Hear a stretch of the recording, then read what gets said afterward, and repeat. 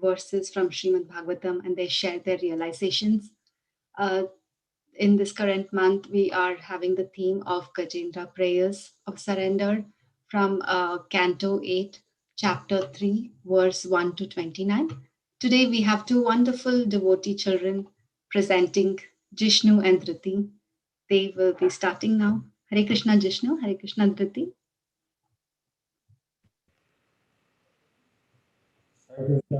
Hare Krishna. Hare Krishna. Yes, we can see your screen. Om Namo Bhagavate Vasudevaya. Om Namo Bhagavate Vasudevaya. Om Namo Bhagavate Vasudevaya. Narayanam Namaskritya Naram Chaiva Narottamam Daivim Saraswam Vyasam Tato Jayam Jayate Yadam Shikatam Krishna Punasarvam Kirtanam Hridayantasya Vihagrani Vidyunoti Shirakshatam Nashtaprayeshu Avatreshu Nitya Bhagavata Sevaya Bhagavatyuttama Shloke Bhaktir Bhavati Naistiki Om Ajnanatirandasya Jnananjana Gurunvitam Yena Tasmai Shri Gurave Namaha Mukam Karoti Vachalam Pangam Ladayate Giram Yakripatam Vande Shri Gurum Dinataranam. So, what do you think about Gajendra's past life? So, Gajendra was the elephant in the story, and he, in his past life, was King Indra who ruled the Malaya. After retiring, he lived in a small cottage in the Malaya Himalaya hills, worshipping Lord Sri Krishna. Agastya Rishi, along with his disciples, visited King Indradumna's ashrama. While he was meditating, he did not get up from his meditation due to his focus upon the Lord. Thus, Agastya Rishi became angry and cursed him to become a dull elephant in his next life. Makada's past life. Makada was the crocodile in the story, and he was King Huhu, who lived in the Gandharva planet. While he was enjoying the company of a woman in the water, he pulled the leg of Devala Rishi, who was also taking a bath in that river. The sage became very angry and cursed him to become a crocodile in his next life.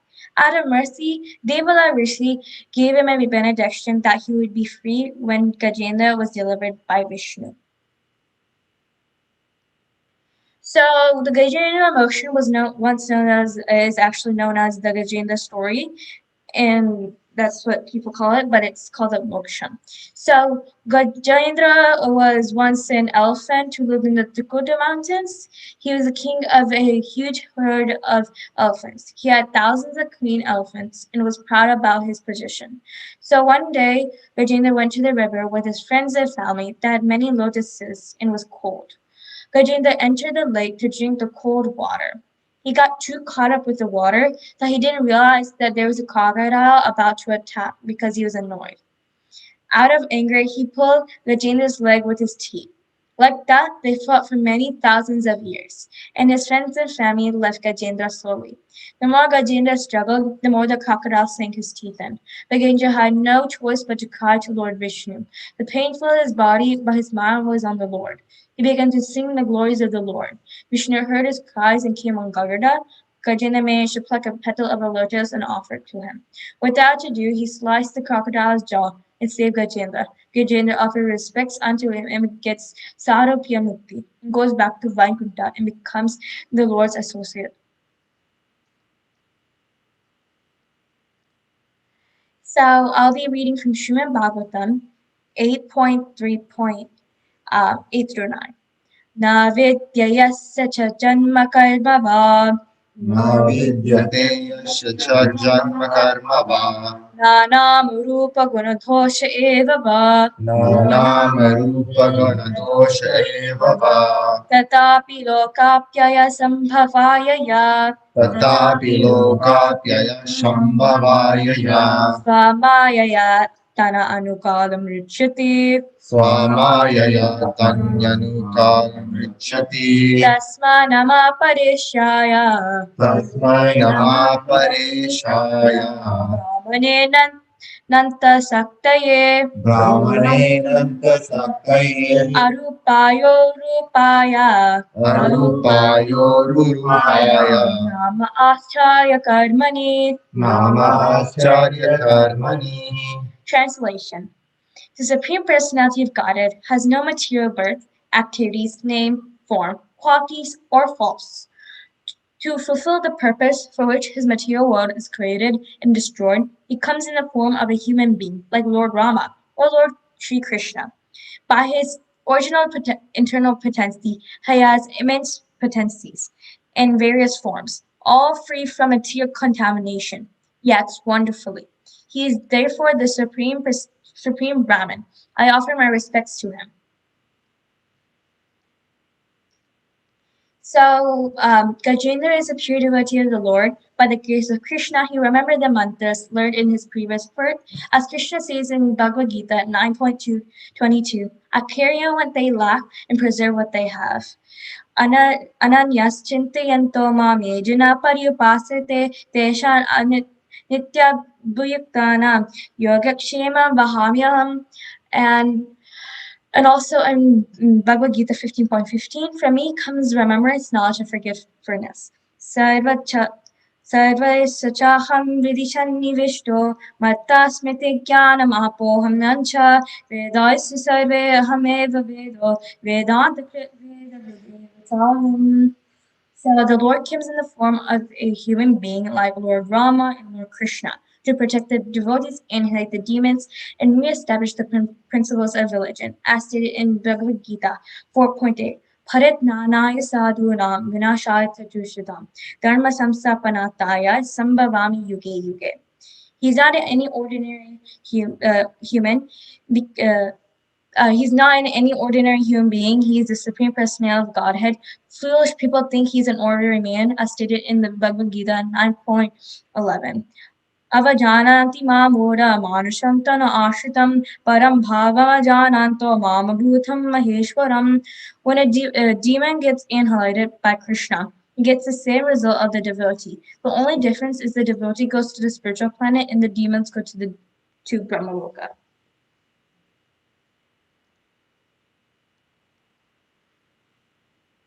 Thank you. Krishna devotees. So my realization will consist of three individual portions from the three parts of Gajendra's stotra. So one is that Krishna's actions may not make sense to the individual. So understanding Krishna is very difficult, even for the sages. It said that he has millions or infinite qualities, and you cannot count till the end of infinity. And it's also said that Radharani is the only person who knows the most about Krishna. One thing which we do know, however, is that all of Krishna's actions are done so that everyone can reach Krishna consciousness and be with Krishna. So Krishna in here in Moksha, he liberated King Uhu and Gajendra by killing King Uhu, who is the crocodile, and also liberating Gajendra by giving him moksha. So thus, in this pastime, he liberated two devotees or two souls at once, thus acting in a way so that everyone gets Krishna consciousness and gets to be with Krishna. Krishna is the ultimate viewer. He is the ultimate experiencer, the ultimate beneficiary of all sacrifices. So Gajendra says that Krishna is the ultimate, essentially. So then what are the demigods? So these demigods are basically like subordinates. And we can understand this with the store and company analogy. So if you go to a store and you buy a product, you may be thinking that that product is from that store itself. But in actuality, that store gets that product from the main company. So thus, anything which the demigods give way to a individual, they actually first get that from Krishna. And since the demigods don't have liberation, they themselves cannot be liberation to souls who pray to the demigods. Thus, worshiping Krishna is the most supreme path, since we can actually get liberation, and Krishna is the ultimate source of all the things which the demigods Jishnu, sorry to interrupt you. do. Can Yeah. you please come closer to the laptop, or maybe Diti can move a little away and you can come closer? Yes, please. Yeah. Prabhu, can you hear me now? Yeah, keep talking, please. Yeah. Okay, sure. So these are going to be from 8.310 to 8.320. Prabhu, can you verify if you can hear me really quick? Yes, we are able to hear you, Jishnu. Okay, thank you. So Gajendra says that Bhakti Yoga is the ultimate path and is the most precious path to understanding Krishna. In Jnana Yoga, you learn about Krishna. In Karma Yoga, you act for Krishna. But in Bhakti Yoga, you actually know Krishna instead of knowing just about him. Just how as a doctor knows about the patient and a mother knows the patient in themselves. So Krishna is the cause of the material world, but he is separate and unaffected by it. So Krishna is the creator of this material world, yet he is separate from the three modes of material nature. You can never overestimate the value of Krishna's mercy. So Krishna's mercy comes directly from him. It has nothing to do with our karma. And whenever Krishna's like giving us individual attention, it's very difficult we can never overestimate it because it has so much value. And no matter how much we value it, it always has more value. So thus, any time which we do get mercy of Krishna or a pure devotee, we must be ever thankful. Krishna will give you things, but for you to truly get happiness, you have to stop asking for things. So we must accept that Krishna is the reservoir of all happiness and that this material world isn't. If we keep asking the reservoir of all happiness for small pieces of glass, we will not get true happiness. But once we give up these small pieces of glass, this material world, and ask for the diamond, which is Krishna, we will actually receive true happiness, which is Krishna consciousness. 8.3.20 to 33.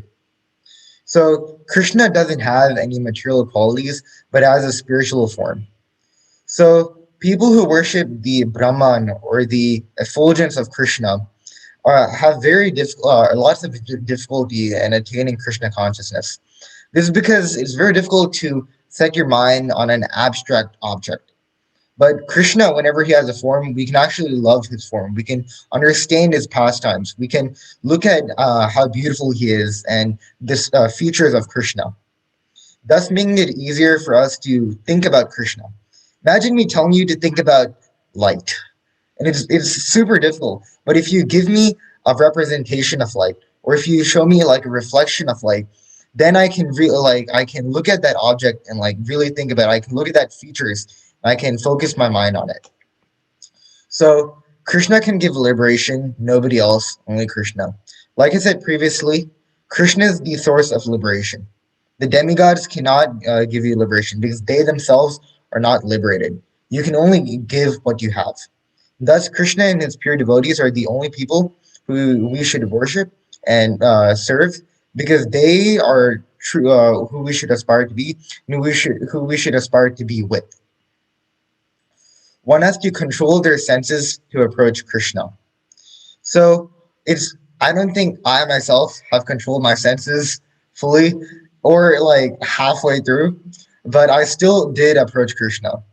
And this is because whenever I do approach Krishna, I really try to keep my mind fixed upon Krishna. This is important because if we aren't trying to keep our mind fixed upon Krishna and we're just mechanically doing Krishna consciousness, there's definitely another reason behind it. So anytime which we do perform Krishna consciousness or serve Krishna, we must always act purely for the sake of giving happiness to Krishna.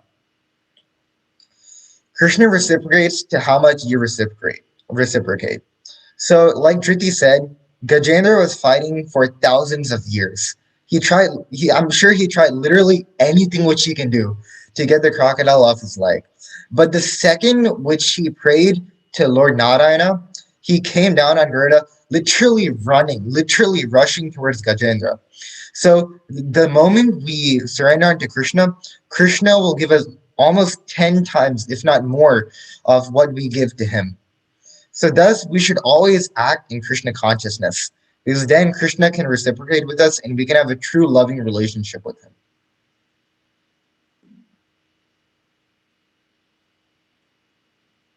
So there are a few verses which I found, which I thought could relate to the Gajendra Moksha. 2.72 from Bhagavad Gita.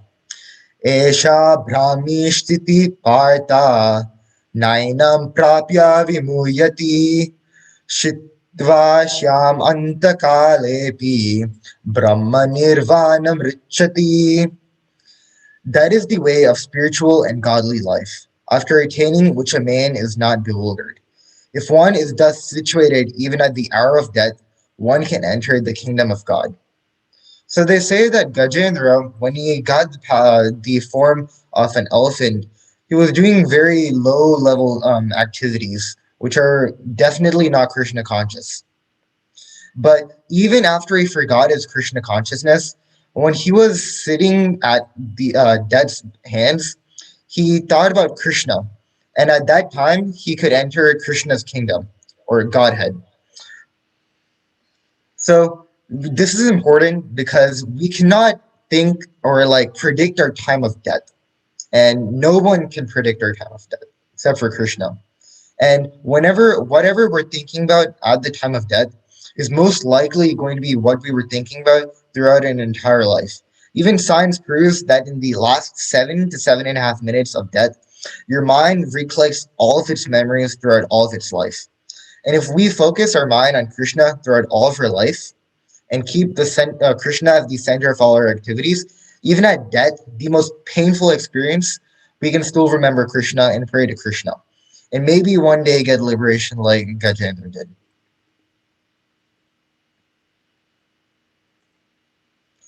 9.26 Bhagavad Gita.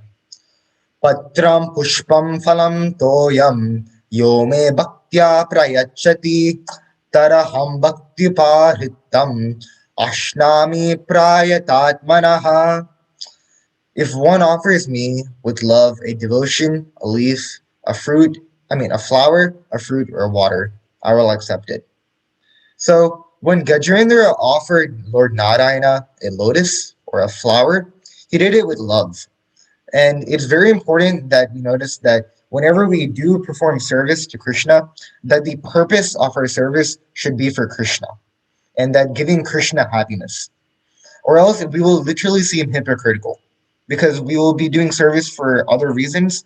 And it might be so that other people can see that we're doing service, that we may look like devotees. So even if we do quote unquote embarrass ourselves during service, we must keep in mind that we're doing service for Krishna.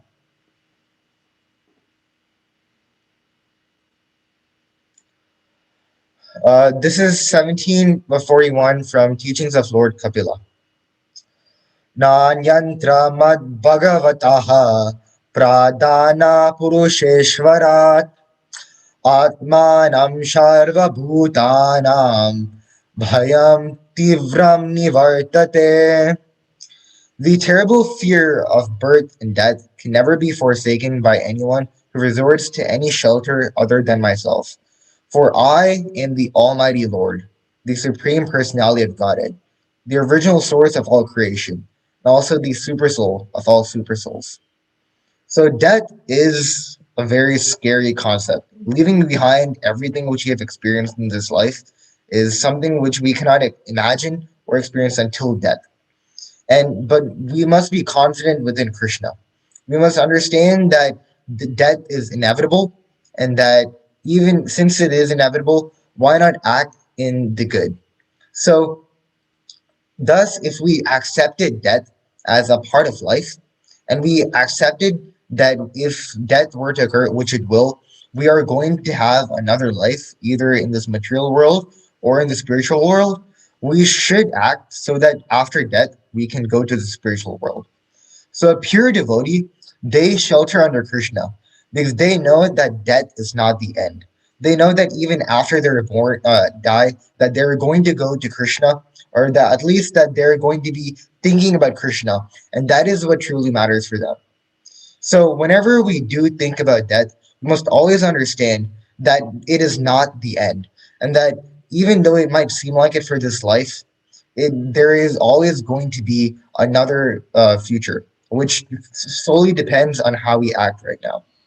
So similar to how the what we think about at the hour of death, what we think about throughout life will determine what we think about at death, and that will determine our next life. So if we act in Krishna consciousness, then in our next life, maybe we can be born in a Krishna conscious family, or maybe even get liberation, similar to Gajendra. So these are a few holistic realizations over the entire Gajendra Moksham. So the Gajendra Moksham was recited in the eighth canto in Bhagavatam, and Parikshit Maharaj had 7 days to live. So when reciting this, we must understand that there is a reason to why this verse was recited in the Bhagavatam. So if you had 7 days to live, I'm sure you'd be very selective over what you do so that you can accomplish your last goals in your last days. So even on the last 7 days, this Gajendra Moksham story was so important because it described the mood which we should accept death, and which we should accept our consciousness at death and surrendering unto Krishna. So it is even possible to get Krishna conscious in the last second of your life, or at least to remember Krishna like Ajamil, but it is very difficult to do that. And even if we do that, who knows? Who like Ajamil had previous history with Krishna consciousness. So thus, we must accept that death is as death were to come in the next 7 days, and always act in Krishna consciousness and always think about Krishna. Gajendra fell down, but Krishna consciousness is eternal. So Krishna consciousness is different from karma because Krishna consciousness isn't a bank account. So if even after you do good karma and then you enjoy the fruits of your activities, your karma is burned up literally. So there is no there's a beginning and then it ends. But Krishna consciousness is eternal. So if you ever do become Krishna conscious or practice Krishna consciousness, that will sustain. So the little Krishna consciousness which I am doing in this life, that will sustain towards my next life, or and it'll continue. So it won't be burned up after death, and we will continue our Krishna consciousness from there, from where we left off. Krishna is the only savior and our supreme shelter. So Gajendra was literally on the verge of death for 1,000 years, and he tried to escape death in many different, obviously in many different ways. But ultimately, he had to surrender unto Krishna, because Krishna was the supreme or the ultimate. He was the destination for, and the desired destination for all souls.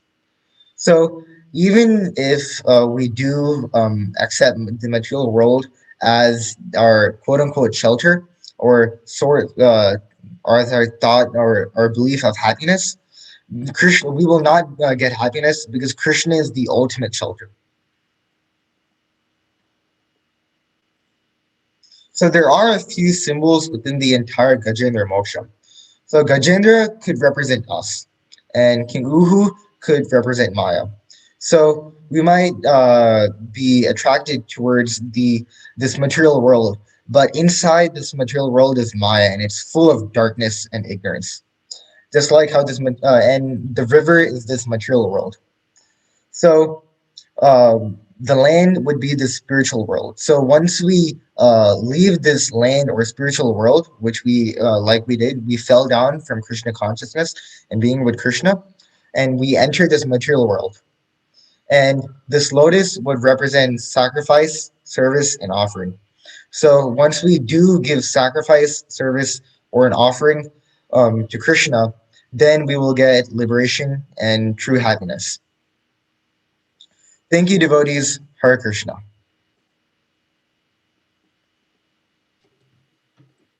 Hare Krishna, Jishnu, and Dhriti.